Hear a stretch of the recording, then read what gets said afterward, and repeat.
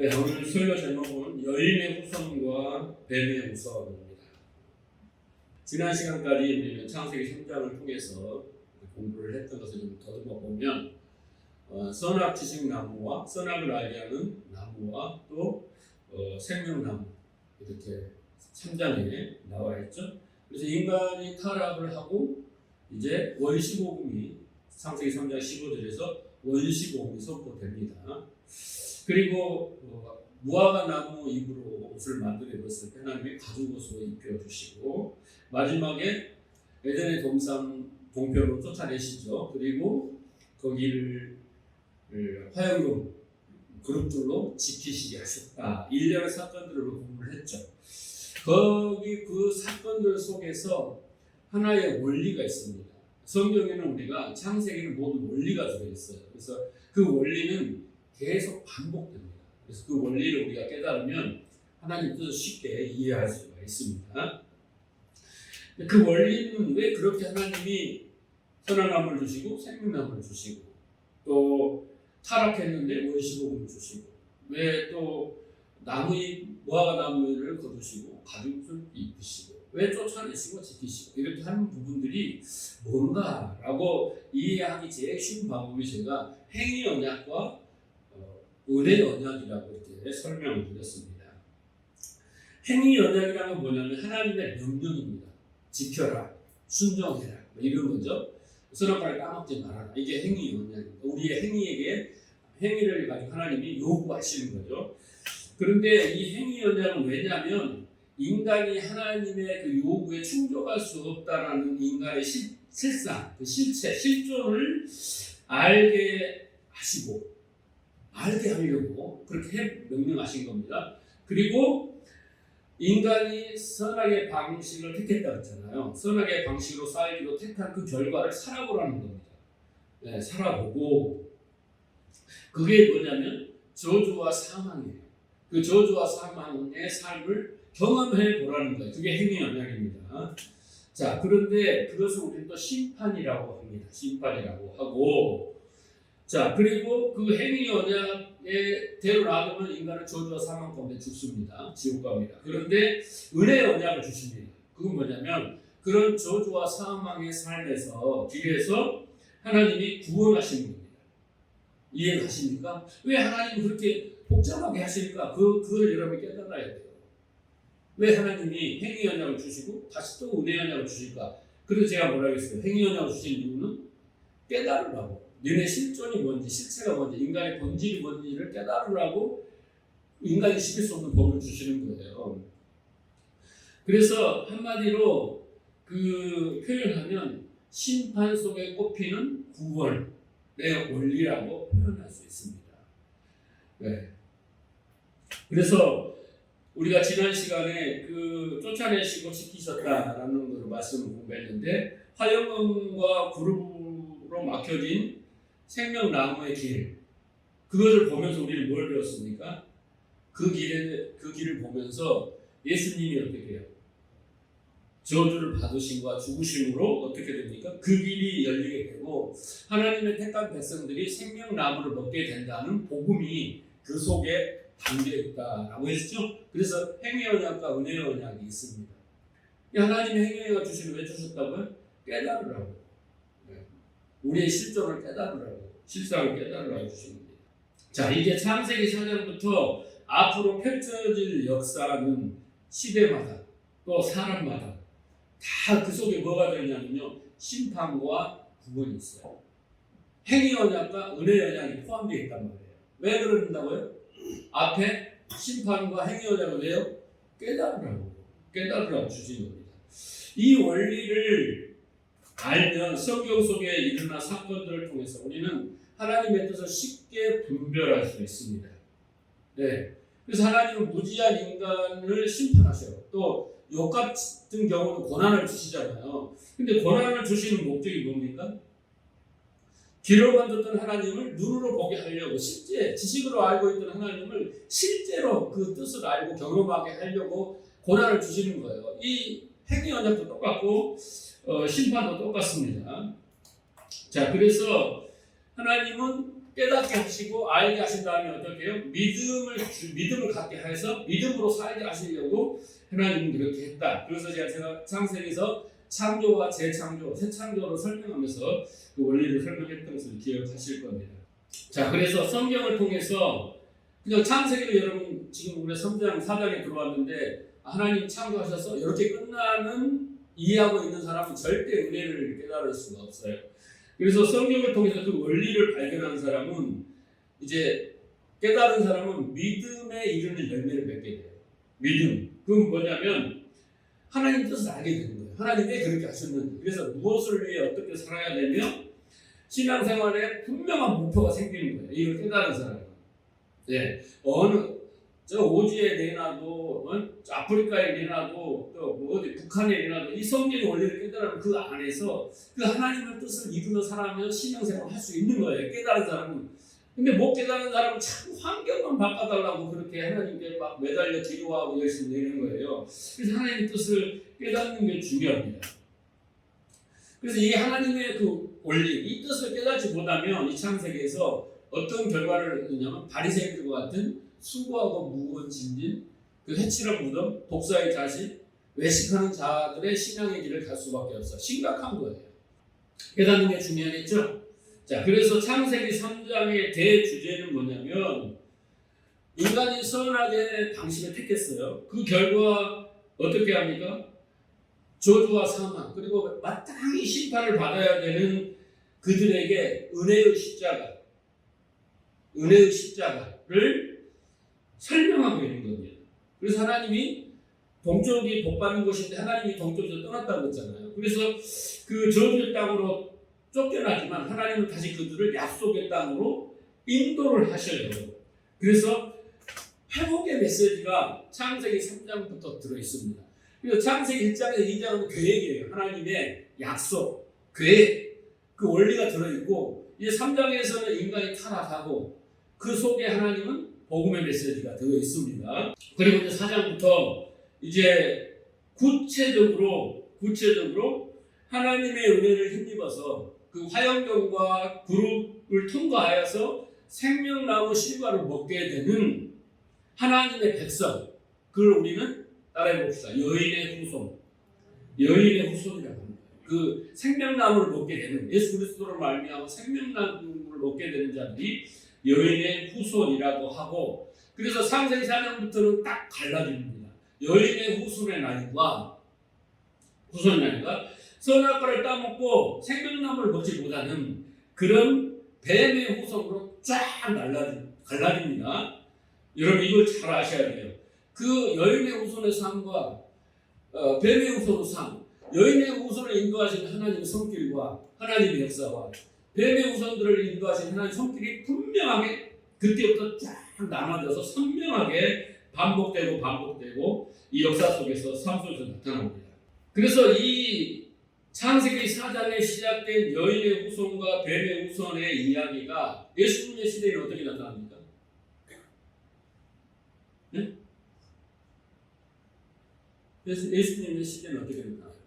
너희는 들었으나 나는 이렇게 이르노니 너희에게 듣는 것은 허락되었으나 너희는 허락되지 않았다. 이런 비유를 하시죠. 그러면서 이스라엘 백성들, 유대인들한테 바리새인들 뭐라고 합니까? 너희의 아비가 바로 마귀다.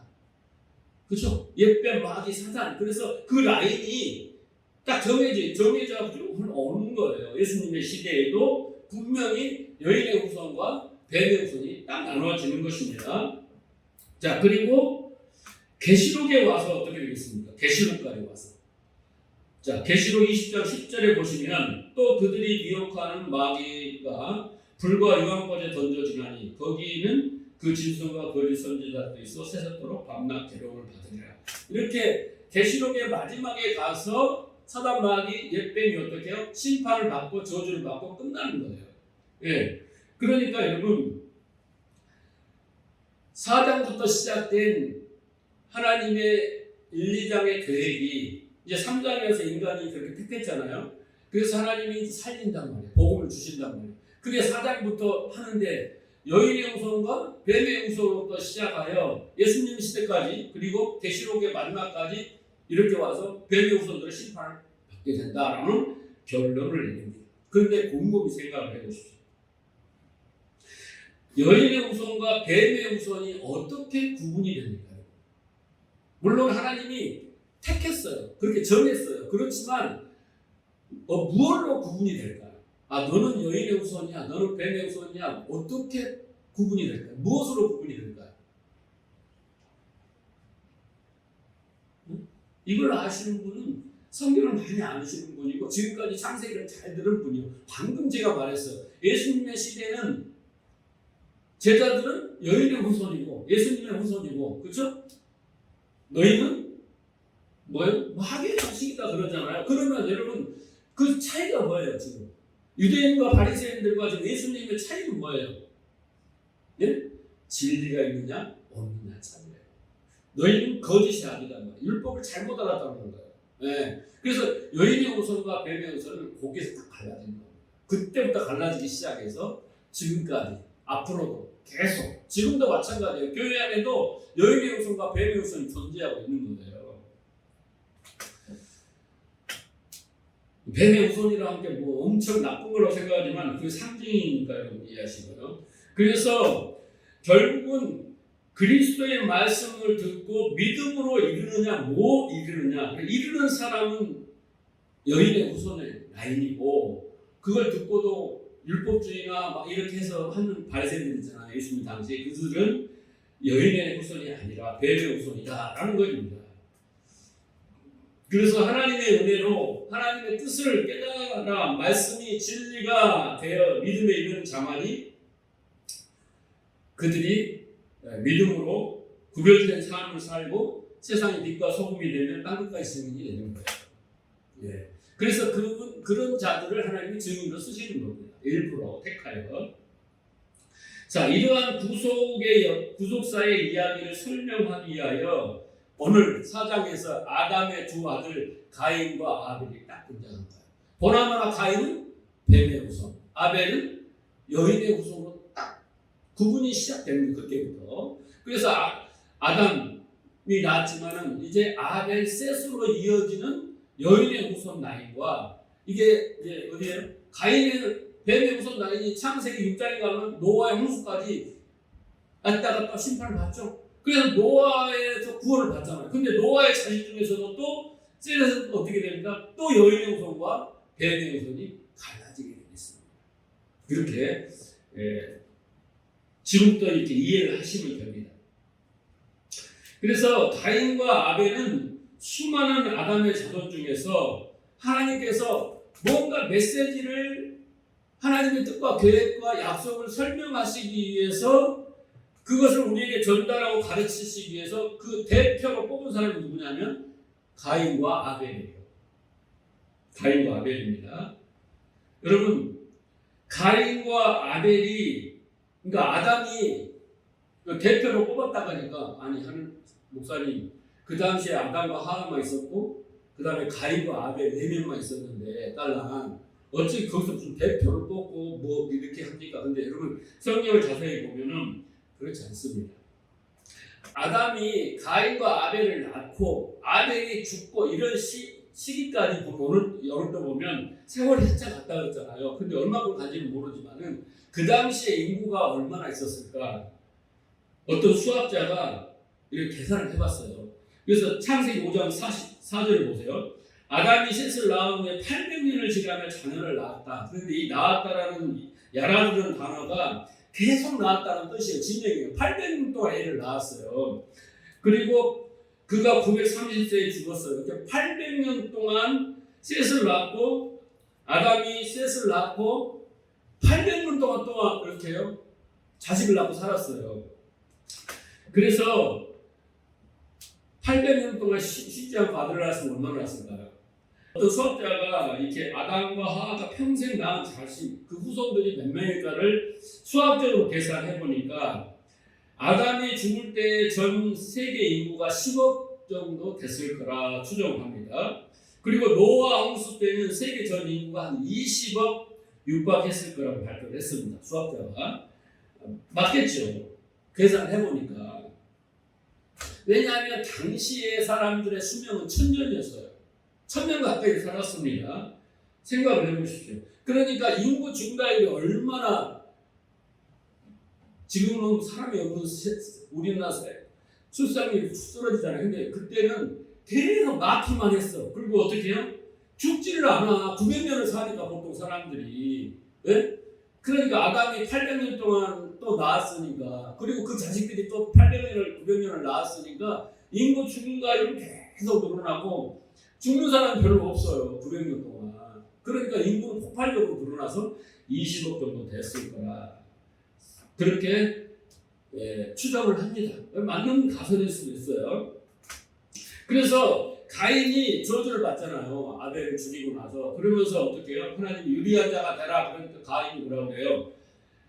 나를 만나는 자가 나를 죽이면 어떡합니까? 라고 말을 합니다. 힘을 가진 자들이 나를 죽이면 어떡합니까? 라고 했을 때 이 질문이 어색하지 않는 거예요. 그 당시만 해도 세월이 많이 흘러서 많은 인구가 있었다라고 한 거예요. 그 사람들은 4명만 딱 있다고 생각하니까 어떻게 해요? 누가 나를 죽이려고 하는데 죽일 사람이 누가 있어? 그렇잖아요. 죽일 사람이 없잖아요. 예? 아벨까지 죽었어. 3사람밖에 없는데 누가 자기를 죽이겠어요? 이런 말이 좀 우문인 것이죠. 그래서 무슨 말을 하려고 하냐면 가인과 아벨은 하나님이 어떤 것을 설명하기 위해서 그 아담의 많은 후손들, 수십억 되는 인구 중에서 대표로 뽑았다. 그래서 그 아담의 후손 중에 가인과 아벨, 그리고 아벨은 여인의 후손으로, 가인은 뱀의 후손으로 뽑아서 하나님이 어떻게 해요? 설명한 거예요. 설명하시기 위해서 한 거고요. 그러니까 우리가 그렇게 이해를 하는 게 중요한 게 뭡니까? 하나님이 무엇을 설명하려고 했을까? 무엇을 설명하려고? 이걸 우리가 집중해야지 인구가 몇 명이냐, 그 질문이 맞냐, 이게 중요한 게 아닙니다.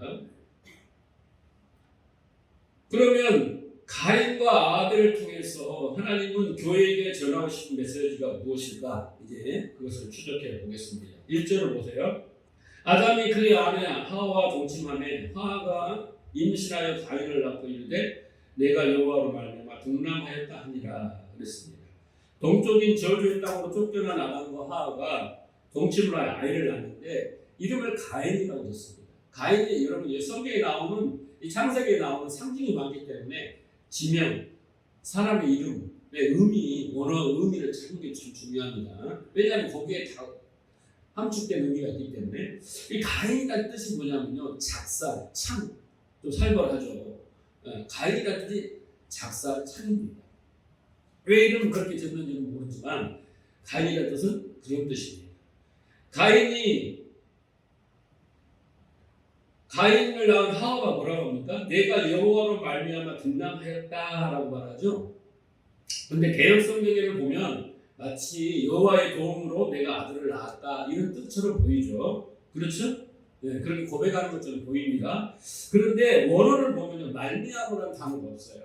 해석을 못하니까 그냥 말미암아라서 하나님이 하와를 통해서 가인을 낳게 했다 이렇게 해석을 해버렸는데 그런 뜻이 아닙니다. 그래서 원래대로 번역하면요, 직역을 하면 내가 여호와 그분을 얻었다라는 뜻이에요. 말미암아는 단어가 없으니까 내가 여호와를 얻었다라는 뜻입니다. 그러니까 다시 이걸 의역하면 내가 하나님을 낳았다 이런 뜻이 아니라 내가 아이를 낳았는데 그 아이가 바로 여호와다라는 거예요. 여호와가 뭡니까? 구원자라는 뜻입니다. 구원자. 네, 바로. 네? 내가 아이를 낳았는데 그 아이가 바로 여호와다. 다시 말해서 하나님께서 약속하신 여인의 후손이다라는 뜻입니다. 메시아다라는 뜻입니다. 이 구절은 여러분 문맥상 창세기 3장 15절하고 연결을 해야 돼요. 왜냐하면 아담과 하와가 범죄를 했잖아요. 타락을 했을 때 하나님 뭐라고 했어요? 여인의 후손을 너에게 보내줄게 그랬잖아요. 그렇죠? 그래요, 안 그래요? 여인의 후손을 주겠다고 약속했기 때문에 아담과 하와는 누구를 기다렸을 것 같아요?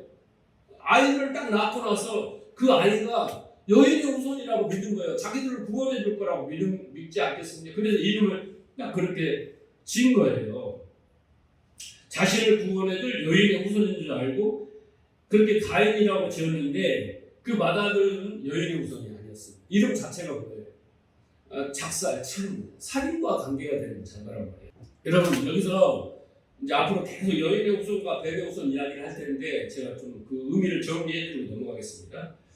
자, 이 여인의 후손과 뱀의 후손은 노아 방주 사건 이후에도 나타난다고 했잖아요. 계속 예수님 시대에도 나타나고 지금도 똑같이 나타납니다. 자, 그런데 이 세상에는 여러분 뱀의 후손과 여인의 후손 두 사람만 존재하는 거예요. 두 부류만 존재하는 거예요. 성경상으로 보면은. 그래서 창세기 15절, 3장 15절에 나오는 여인의 후손은 여러분 누구라겠습니까? 창세기 3장 15절에 나오는 여인의 후손은 누구예요? 여인의 후손이 나와서 어떻게 된다고했어요? 뱀이 여인의 후손의 발꿈치를 물고, 응? 그쵸? 여인의 후손은 뱀의 머리통을 박살냈더라고 그랬잖아요. 그쵸? 그때 이 여인의 후손 누구라고 배웠죠? 예수 그리스도예요. 그래요, 안 그래요? 예수 그리스도입니다. 그래서 여인의 후손은 분명히 창세기 3장 15절에는 예수 그리스도십니다. 자, 그런데 이 예수 그리스도, 여인의 후손인 예수 그리스도 안에 한 무리가 있는 거예요. 어떤 무리가 있어요? 교회라는 무리가 있는 거예요. 교회라는 무리가 있습니다.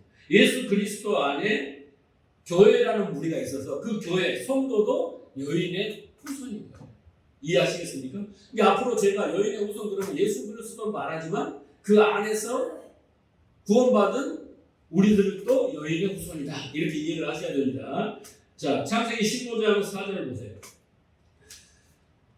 여호와 말씀이 그에게 임하여 이르시되 그 사람이 내 상속자가 아니라 이스마엘을 하는 말입니다. 지금 이스마엘을 낳고 나서 하나님이 지금 말씀합니다. 내 몸에서 날 자가 내 상속자가 되리라 하시고 그를 이끌고 밖으로 나아가 이르시되 하늘을 오르러 목표를 셀 수 있나 보라. 또 그에게 이르시되 네 자손이 이와 같이 많으리라 그랬잖아요.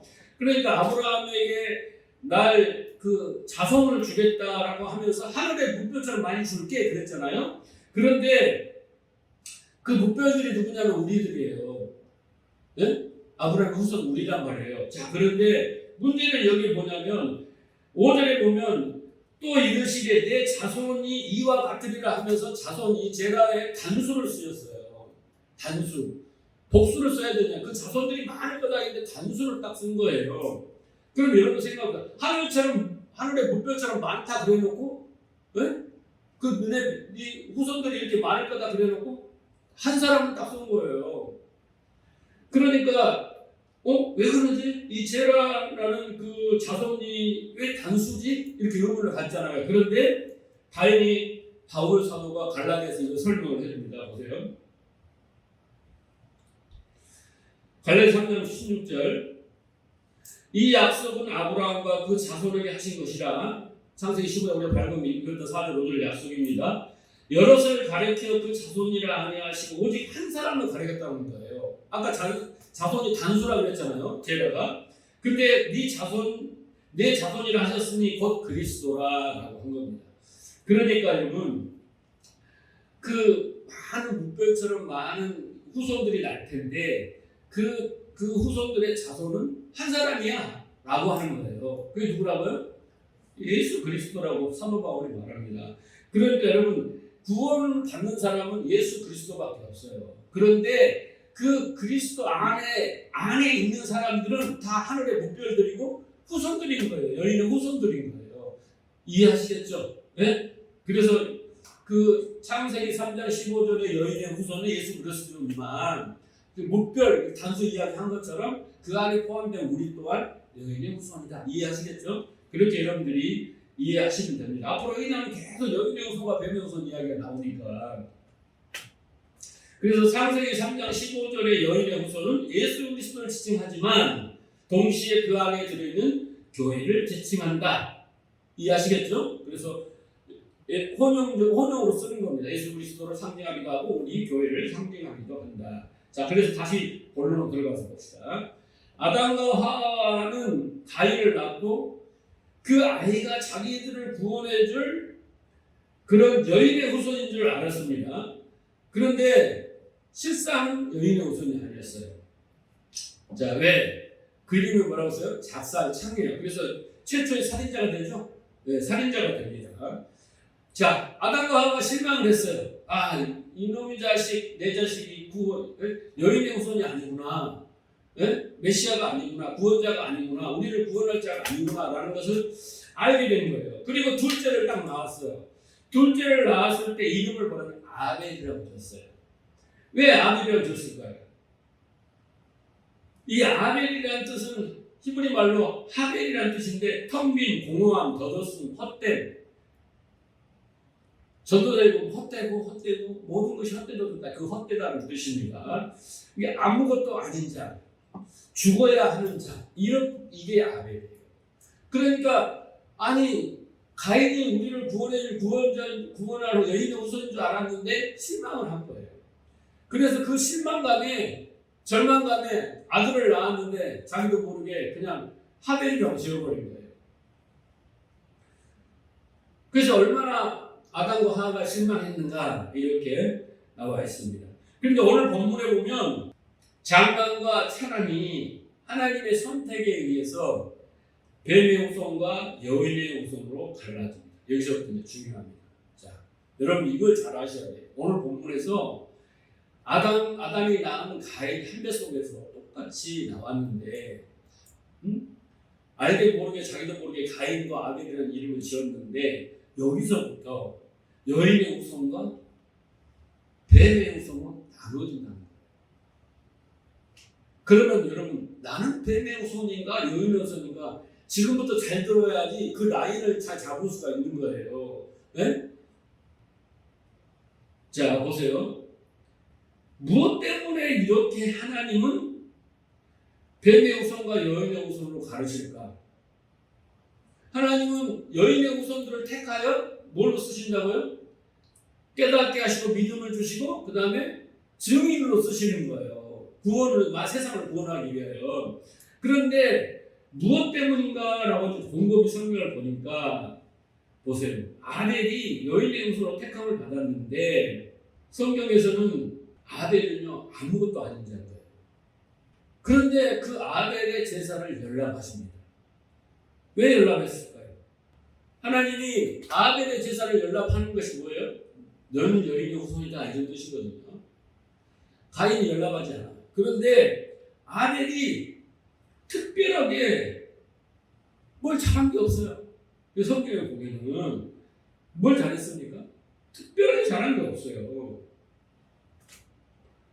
가인보다 뭘 대단하게 잘한 거 있어 보입니까? 없습니다. 단지 다른 게 뭐 있다면 아벨은 양을 잡아서 그 피를 뿌리고 양으로 짐승으로 제사를 드렸다. 가인은 곡식으로 제사를 드렸다라는 거예요.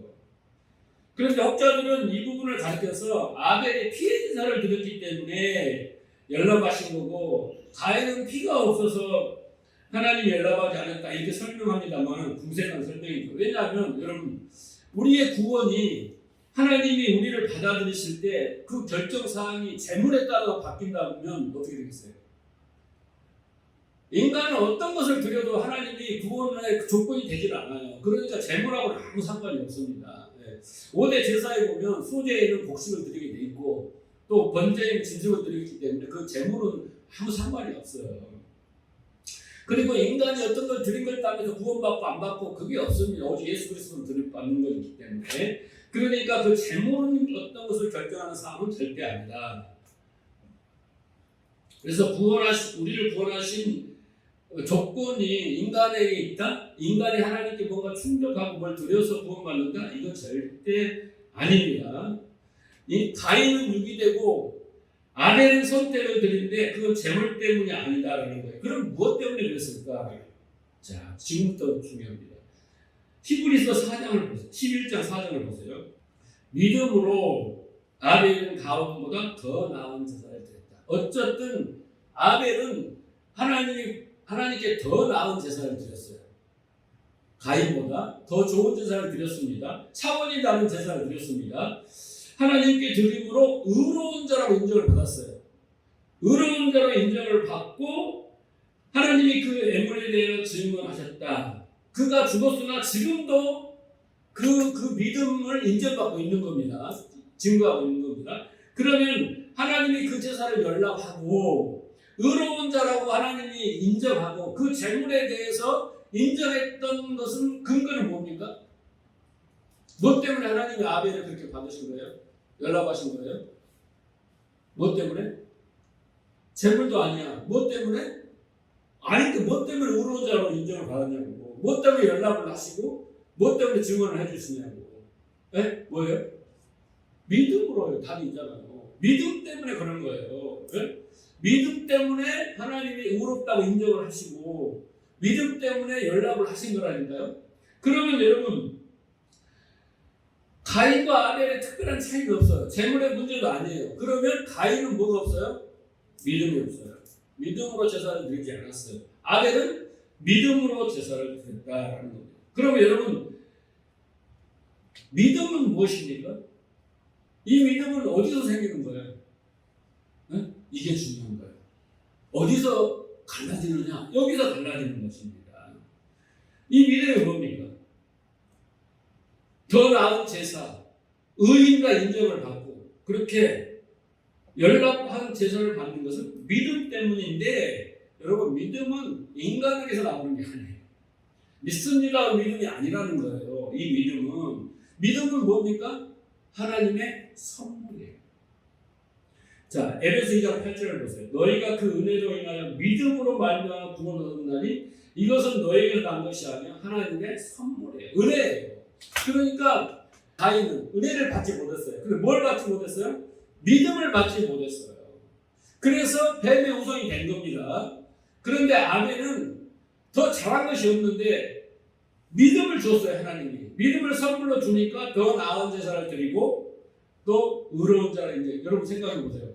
나는 아무것도 몰라. 근데 하나님은 나한테 다 알려준 거야. 다 알려주고 뭘 줬어. 나는 모르는데 그런 건 했어. 응? 뭘 했단 말이야. 그런데 그게 복이야. 이해가 되십니까? 이걸 이해하셔야 돼요. 이걸 모르면 성경을 이해를 못하는 거예요. 이 부분을 이해를 못하면. 그래서 아벨은 하나님이 주신 믿음으로 하나님이 기뻐하신 제사를 드린 거예요. 네? 하나님이 기뻐한 제물을 드리는 게 아니라 더 나은 제사를 드렸어요. 믿음으로. 네. 그래서 여기 보세요. 아벨이 받은 은혜는 어떤 은혜일까? 뭐예요? 그게 믿음인데 그 믿음은 뭐냐? 인간의 의지에서 나오는 믿습니다. 이렇게 제사를 드려야 됩니다. 이렇게 되면 복을 받습니다. 막 자기 뭐 이런 게 아니라 하나님이 보세요. 하나님이 그 예물에 대하여 증언하심이라 그랬어요. 그러니까 무슨 말입니까? 이 증언이라는 말티유라는 이 헬라어는요, 깨우치다라는 거예요. 깨우치다라는 거예요. 그러니까 하나님은 제사를 드리라 했는데 가인에게는 뭔가를 언지를 안 줬어요. 그런데 택한 자에게는 네가 왜 제사를 드려야 되며 제사에 드린 이 제물이 무엇이며 설명을 해주는 거예요. 그래서 인간은 나에게 올 수 없어. 그런데 인간은 나에게 오려면 희생 제물이 필요해. 그렇죠? 근데 그게 바로 예수 그리스도야. 근데 그것을 상징적으로 이렇게 짐승을 잡아서 어린 양을 잡아 잡는 것을 하나님이 자세히 설명을 해주는 거예요. 제물에 대해서, 제사에 대해서 깨우쳐 진리를 알려준 거예요. 그러니까 아벨은 그걸 듣고 나서 왜 제사를 드려야 되고 왜 내가 제물을 대어 죽어야 되는 것이 나구나. 자기 부인이 일어난 거고, 그렇죠? 그래서 제사를 드려야지 안 드리면 안 되는구나. 그리고 그런 의미로 드리는 거지 우상을 숭배하듯 뭘 그걸 해가지고 받고 그렇게 해가지고 뭐 자기 은을 쌓고 바리새인처럼 하려는 그런 것이 아니구나는 걸 100% 이해하고 그렇게 드리는 것이 뭐예요? 믿음으로요. 믿음으로요. 하나님이 선물로 주신 깨달음, 진리로 알고 드렸답니다. 인간은 하나님도 하나님 뜻도 몰라요. 하나님이 알려주시기 전까지 절대 모르는 거예요. 그렇죠?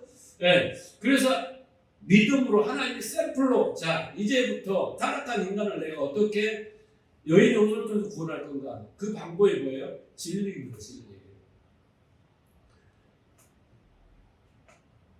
여러분, 아벨은요, 자기가 죽어 마땅한 자이나 이 희생 제물을 통해서 대속된다는 것, 이거에 하나님의 예배라는 그 의미를 알고 드렸는데, 이걸 뭐라고 하냐면 참된 예배, 참된 따라요, 참된 예배. 예, 참된 예배는요, 자기가 예배 가운데 어떻게 합니까? 예수님께서 영과 진리로 예배하라고 했잖아요. 이제는 형식적인 그런 짐승을 잡아드리고 이런 게 아니라 그 상징인데 진짜 참된 예배를 드려라. 근데 그 예배는 영으로 드리는 거다. 영이 뭐예요, 여러분? 말씀으로, 진리로 드리는 거예요. 그러면 여러분, 이스라엘 백성들은 지금까지 형식적인 절차에 따라서, 법에 따라서 의무적으로, 책임감으로, 그죠? 그런 식으로 의미도 모른 채 예배를 드렸어요. 이건 참된 예배가 아니에요. 영과 진리가 예배가 아니에요. 그런데 바울이 뭐라고 했어요? 영적 예배는 자기를 거룩한 산 제물로 드린다고 했잖아요. 그러니까 여러분, 내가 하나님 앞에 나를 부인하고 나의 죄를 고백하고 하나님의 은혜를 구하고 그렇게 나아갈 수 있는 것은요, 깨달음이 있어야 돼요. 그러니까 영으로라는 건 뭐냐면 말씀이잖아요. 그러니까 예배 가운데 말씀이 선포돼요. 진리가 선포되면 그것이 내 영혼과 관절과 거수를 찔러 쪼갭니다. 그러면 내가 어떻게 해요? 자기 부인을 하는 거예요. 회개를 하는 거예요. 반성을 하는 거예요. 결단을 하는 거예요. 그리고 하나님 은혜의 감사와 찬양을 드리는 거, 이게 뭐냐면 자기 부인이에요. 거룩한 산 제물을 하나님 앞에 드리는 거예요. 그렇죠? 그게 영적 예배의 첫째 요소예요. 그러니까 영으로 예배를 드리지 않으면, 형식으로 예배를 드리면 그런 게 없어요. 여러분들 예배를 하러 왔는데 시간과 절차에 따라 헌금 드리고 기도하고 뭐하고 하고 가버리면 그건 형식적인 예배인 거예요. 알맹이가 쏙 빠져버려서 참된 예배가 아닌 거예요. 그런 예배를 구약에는 이산 저산을 옮겨다니면 드렸단 말이에요. 그러나 이제는 영으로 예배하라. 영과 진리로 예배, 이 진리라는 건 참된 예배예요. 참된 예배는 영으로 하는 거고, 영은 말씀이 선포될 때 그 말씀이 나의 영과 혼과 관절을 찔러 쪼개는 역사를 일으켜서 내가 희생 제물이 되어서 내가 죽어야 돼요. 네? 내가 죽어서 고백하는 그 더러운 것을 하나님 제일 좋아하신다니까요. 향기로운 제물이라는 게 그게요. 그리고 두 번째로 하나님의 뜻을 분별하게 되는 겁니다. 그래서 그 뜻대로 깨닫게 되면 그게 어떻게 해요? 믿는 거예요. 그렇게 해서 그 뜻대로 순종하게 가는 거예요. 차원이 달라요, 여러분. 그래서 참된 예배가 뭔 줄을 알아야 돼요. 근데 아벨은 이 참된 예배의 최초의 모델인 거예요. 근데 가인의 예배는 뭡니까? 우상숭배예요. 하나님은 말씀은 내 안에 있지도 않고 밖에 있고, 그 하나님을 잘 섬기고 예수를 잘 섬겨서 그 능력을 이용해서 내가 부귀영화를 얻고 병도 고치고 문제도 해결하고 재앙도 막고, 이게 우상숭배지. 하나님은 그런 하나님이 아니에요. 초보신앙 때나 그러지. 그러니까 벌써 창세기에서 여기 지금 4장 이 첫머리를 이해하지 못하면 그 뒤에는 바리새인들하고 똑같이 가는 겁니다. 그래서 여러분이 영으로 예배한다는 것이 무엇인가를 잘 이해하세요. 요한복음 6장 63절에 살리는 것은 영이 육은 무익하다. 내가 이런 말이 영이요 그랬잖아. 그러니까 우리가 영으로 들린다는 것은 막 성령이 막 인내가 가슴이 막 뜨거워지고 막 뭔가 감동이 오고, 이건 이야기 아닌 거 아니에요. 그것은 그렇게 진리로 자기 부인이 일어나고, 예? 그렇게 하나님 앞에 뜻을 분별한 이후에 나타나는 현상이 뜨거움이고 즐거움이고 막 짜릿함이지, 처음부터 그게 오는 절대 아닙니다. 그러니까 여러분, 우리가 지금 얼마나 법대로 제사를 드리는 바리새인들처럼 우리는 절차를 따라 법대로 예배를 드리는 참된 예배자가 아니에요, 다들. 그러니까 예배가 시큰둥하고 예배 와도 그냥 다 그 말이 그 말인 것 같고 그렇게 하고 가는 거예요. 그렇게 수십 년을 신앙생활하면 무엇가 남겠어요. 그냥 이름만 남아요. 나는 그리스도인이었다. 그리고 지옥에서 삶을 살다 가는 거라니까요. 자, 그 믿음에 대해서 이해를 하기 위해 한 가지 더 설명을 해볼게요. 자, 아벨에게 하나님이 믿음을 선물로 줬다고 했죠. 노아에게 똑같습니다. 원리를 우리가 알아야 돼요. 창세기 6장 9절.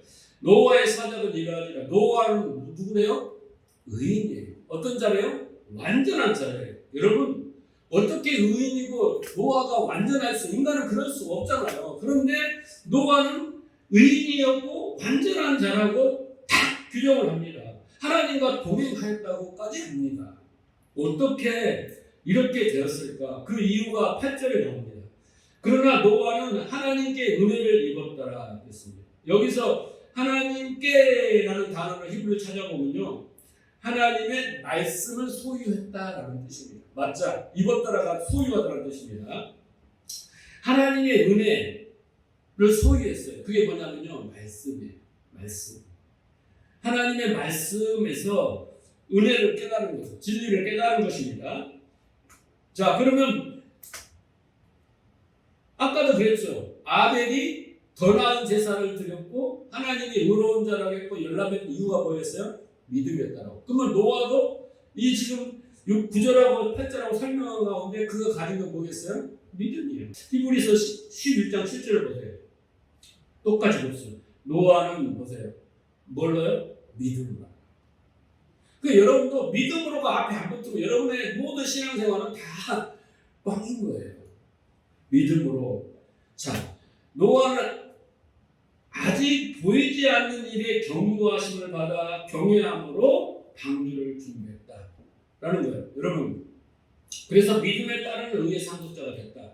자, 여러분이 여러분에게 하나님이 느라나 교회야 저기 청라에다가 한 100평 정도 해가지고 교회를 하나 건축해라 라고 했다고 해봐요. 그럼 여러분 아멘 하시는 손 들어봐요. 없어요. 그런데 어떤 기적이 일어나야 되냐면 하나님이 깨달음을 주신 거예요. 설명을 해주신 거예요. 너희 현실로 보면 도저히 불가능하지 그러란 이야기가 아닙니다. 그런데 내가 하나님께 설득을 당해요. 설득을 당해요. 하나님이 오셔서 계시를 주는 거예요. 여기에 노아도 경고하심을 받았다고 그러잖아요. 이 경고하라는 게 뭐냐면 크리아티죠. 계시를 전달을 받았다, 가르침을 받았다는 뜻이에요. 하나님이 노아에 와서 다 설명해 준 거예요. 여러분들이 꿈이나 환상이나 어떻든 마음의 감동이나 어떻게 불가능한 일인데 이렇게 하면 된다. 설득이 되고 이해가 되고 확신이 되면 하박국도 어땠습니까? 아니 나라를 살려달라고 기도했더니 바벨론 통해서 망하게 하고 70년 포로를 갔다 온다니까 하박국가 더 좋아해. 그리고 빨리 속기 이루어달라고 왜 그랬겠어요? 설득을 당한 거예요. 하나님의 뜻이 지나가시는 거예요. 맞습니다. 그게 맞습니다가 되어버리는 거예요. 아니 노아를 생각해보세요. 노아 시대는 비도 안 왔다니까요. 산꼭대기에다 120년 동안 방주를 만들 수 있는 인내심과 끈기와 의지와 그 노력과 열심은 어떻게 사람들의 조롱과 멸시가 천대가 있었을 텐데 어떻게 그걸 지켜낼 수 있었냐면 경고하시는 받는 거예요. 너 안 하면 죽일 거야가 아니라 내가 앞으로 110년 후에 이렇게 심판을 할 거야. 이 세상을 봐라. 노아가 설득을 당한 설득이. 여러분 믿음의 첫째 피스티스의 첫째 조건이 뭐였어? 이해, 설득, 확신, 신뢰, 진리거든요. 이게 믿음인 거예요. 그러니까 아벨에게도 하나님이 이렇게 설득을 하고 가르쳤고 노아에게도 똑같이 이게 뭐냐면 은혜이고 선물인 거예요. 그러면 여러분 우리는 성령을 통해서 이걸 받지 못하면 우리는 뱀의 손으로 살아야 됩니다. 거짓의 아비 마귀를 섬기면서 마귀의 자식으로 살아야 되는 거예요. 여러분 마귀라고 하니까 뭐 세상 사람도 생각하고 상류창들도 뭐 이거 아니라 바리새인들이 마귀인 거예요. 너희 아비가 마귀라고 그러잖아요. 자식이라고 하잖아요. 진리를 모르니까 믿음이 없으니까 그들은 무조건 그냥 법만 지키자 막 이렇기 때문에.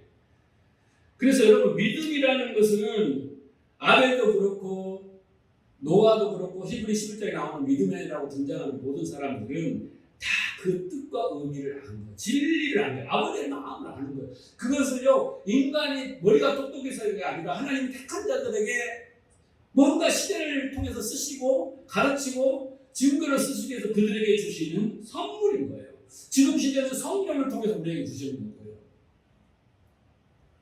그래서 여러분 우리를 거룩한 산재물로 드릴 수 있는 그런 아벨처럼 참된 예배를 드려야 돼요. 하나님의 일에 대해서 노아처럼 인내하고 그렇게 사역을 할 수 있고 뜻을 이룰 수 있는 믿음이 있어요. 그게 어디서 이루어져요? 예배를 통해서 진리를 받아야지 깨달아야지 이게 이루어진다는 거죠. 이해하시겠죠? 그래서 이제 하나님이 그렇게 택했어요. 그런데 그게 불만을 가지 마세요. 네? 여러분, 불만을 가지시면 안 돼요. 하나님이 그 많은 뱀의 후손들 속에 구원받을 자가 있을 거 아니에요. 그런데 여인의 후손을 택해서 12명을 택해서 증인으로 쓰시기에 그들에게만 지혜를 주시는 거예요. 진리를 주시는 거예요. 그래서 너희들이 세상의 소금과 빛과 구별된 삶을 살아라. 증인이 되라. 그래서 그들에게 하나님의 영광을 나타내고 뜻을 나타내라. 그건 하나님이 정하신 거예요. 창세전에 택했잖아요. 그런데 여러분, 교회 안에 뱀의 후손과 여인의 후손이 있다는 거 아십니까? 알곡과 가라지가 있잖아요. 양과 염소가 있잖아요. 등불을 준비한 5처녀와 준비하지 5처녀가 교회 안에 있다니까요. 네. 그걸 준비하지 않는 사람이 이스라엘 백성은 전부 준비 안 하고 이렇게 살면 안 된다를 보여주는 그렇게 택함 받는 자들이 그들이고요. 잘 기억하십니다. 이해하셔야 됩니다. 여러분, 교회만 다닌다고 되는 건 절대 아니에요. 내가 왜 이렇게 행복하지 않을까? 내가 왜 이렇게 기쁘지 않을까? 하박국처럼 바울처럼 그렇게 그걸 고민을 해야 돼요. 그러면 말씀이 잘못됐든지 기독교가 잘못돼야 되는데 그건 아닌데 내가 뭐가 잘못됐을까? 내 관심이 옥토가 아닌가? 내가 무지한 게 아닌가? 내가 성경신이 지금 바닥이 아닌가? 이런 걸 고민해야지 다른 거 고민할 거 없어요. 우리가 몰라서 그런 거죠. 자, 로마서 9장 10절을 보면요. 여러분 이걸 있어야 돼요. 선택과 유기의 교리를 잘 아셔야 돼요. 그러니까 우리는 선택받은 것을 얼마나 감사해야 될지 몰라요. 이 진리의 말씀을 듣는 것이 얼마나 감사해야 될지 모르는 거예요. 자, 그뿐 아니라 리브가도 우리 조상 이삭 한 사람에게서 쌍둥이 아들을 수태했다라고 나오죠. 그의 택하심은 세우신 하나님의 뜻이 지속되게 하신 것이며 하나님이 이러한 일을 사람의 행위에 근거하지 아니하니라 불신은 분께 달려있음이라. 그렇죠? 무슨 말이에요? 네? 이삭의 아들이 누굽니까? 에서와 야곱이죠. 근데 하나님이 택한 거예요. 누구를? 둘째를 택한 거예요. 복주기로. 하나님이 여인의 후손 택한 거 에서는 택하지 않는 거예요. 네? 그게 하나님의 원리라고 했잖아요. 그런데 뭐라고 했어요? 14절. 그러면 우리가 무엇이라 해야 말해야 하겠습니까? 하나님이 불공평하신 분이라고 해야 했습니까? 그럴 수 없다라는 거예요. 그건 하나님의 뜻이에요. 그래서 15절에 보면 하나님께서 모세에게 말씀하시고 내가 긍휼히 여길 사람을 긍휼히 여기고 불쌍히 여길 사람을 여기겠다. 그건 하나님의 뜻이 마음대로 거예요. 그런데 하나님의 원리를 알아야 돼요. 하나님은 이렇게 여인의 후손과 뱀의 후손을 나눠서 심판과 구원의 그 속에서 인간의 역사를 다뤄가시고 개인의 역사를 다뤄가신다. 그걸 여러분이 눈치를 채야 돼요.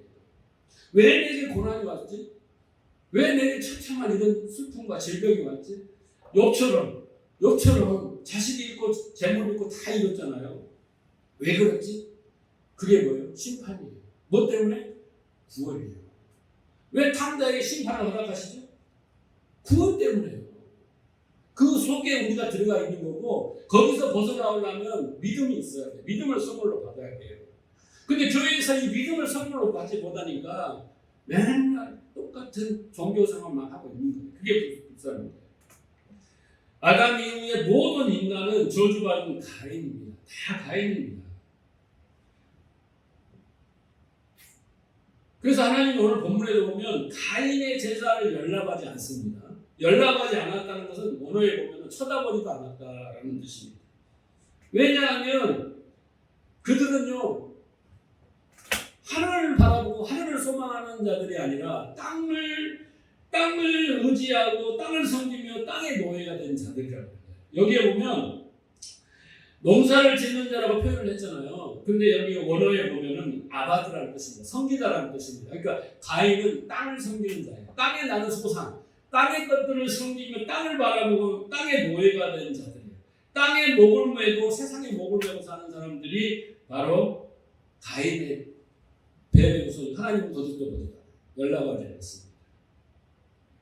그래서 하나님은 아벨에게 어떻게 해요? 특별한 은혜, 믿음을 주셔서 복을 주시는 겁니다. 그게 우리입니다. 감사하십니까? 네. 그래서 우리의 믿음은 점점 분량이 커져야 돼요. 그래야 행복하고 능력 있고 구별되고 신바람 나고 하나님을 기뻐하고 즐거움 살 때 믿음 그냥 나 예수 믿습니다 믿음 갖고 안 되고 내가 내 의지에서 나오는 믿음이 아니라 진리를 통해서 얻어지는 믿음으로 나와야 됩니다. 자, 말씀을 정리합니다. 오늘 말씀을 통해서 여러분이 은혜와 믿음이 되어야 되는 게 뭘까요? 여러분이 말씀을 듣고 곰곰이 생각을 해야 돼. 항상 오늘 나에게 뭐가 은혜가 되어야 되지? 뭘 믿음이 되어야 되지? 여러분 창세기부터 제가 3장부터 계속 말하지만 정욕을 우리의 정욕, 안목, 이생, 육신의 정욕을 위해서 선악의 방식을 택했습니다. 그게 인간의 타락이죠. 네, 그 하나님의 그게 심판입니다.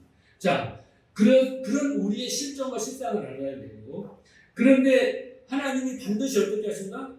여인의 후손을 통해서 그 심판에서 구원하신다. 그 원리 속에 이제 우리는 오늘 본문에 보면 여인의 후손과 뱀의 후손을 나눠줍니다. 어떻게 구분되느냐? 이게 뭐예요? 믿음, 진리인 거예요. 여기서부터 달라집니다. 나는 뱀의 후손의 삶을 길을 가고 있어. 바리새인들과 같은 길을 가고 있으면서 육신의 복을 누릴지는 몰라. 그러나 진정한 하늘의 신령한 복을 누려요. 그걸 잘 구분해요. 진리를 아느냐 모르냐 이걸로 알곡과 가라지와 양과 염소와 열처녀와 다섯처녀가 갈라지는 거예요. 난 등불을 준비했나? 나는 알곡이나? 나는 양인가? 여러분, 양은 주님의 음성을 듣잖아요. 음성을 못 들어요. 이스라엘 백성은 말씀이 그 안에 거하지도 않고 모세를 믿지도 않고, 그죠? 근데 일곱만 열심히 지켰어요. 그것을 잘 기억해야 됩니다. 그리고 여인의 우선이라고 여러분이 자부한다면 영과 진리로 예배하는 자가 돼야 됩니다. 여기서부터 시작됩니다. 왜? 이 영적 예배에서 모든 것이 다 이루어지는 거예요. 믿음을 선으로 바뀌고 그 믿음을 진리가 내 안에 오므로 거룩한 산재물로 드리면서 하나님과 관계가 참 열렸는데 회복되어 가는 거예요. 내 안에 어둠이 가고 거짓이 빠져나가고 자기 부인이 되면서 그리고 한편으로는 하나님의 뜻을 분별하면서 그 뜻이 나를 이끌어가는 그것이 바로 예배인 거예요. 근데 바리새인들처럼 형식적인 예배를 드리면 안 됩니다. 내가 예배 드렸다 그걸로 만족해서는 절대 안 돼요. 그래서 오늘도 여러분이 뭐가 내게 믿음이 됐지? 뭐가 은혜가 됐지? 곰곰이 묵상하시고 그 결과가 분명히 내 안에 있어야 돼요. 나는 아무런 반응이 없다. 그러면 이건 심각한 거예요. 밭이 문제예요. 길가나 가시밭이 있나 돌짝밭이 것이죠. 그래서 우리는 영으로 예배하는 참된 예배자가 되어야 됩니다. 그리고 나서 이제 그렇게 된 자들은 노아나 아벨처럼 믿음으로 사는 거예요. 아벨은 어떤 자였어요? 아벨은 무가치하고 허무하고 그런 자였잖아요. 그렇죠? 근데 그가 죽어야 되는 자예요. 가치 없는 자예요. 근데 아벨은요 죽어요. 자기가 이름대로 죽습니다. 아벨은 예수 그리스도의 상징이에요. 죽으러 온 자예요. 그게 믿음으로 사는 거예요. 자기가 죽으러 와서 죽어요. 그게 믿음이라니까요. 그런 것처럼 우리도 이제는 그 아벨처럼 노아처럼 하나님의 택한 자들은 이제 믿음으로 사는 거예요. 믿음으로. 우리에게 가장 중요한 것은 예배를 통해서 영으로 예배해서 그 진리가 우리 안에 와야 돼요. 영, 말씀이 와갖고 우리에게 믿음이 되어서 믿음으로 우리는 모든 것을 이겨내고 살아가야 돼요.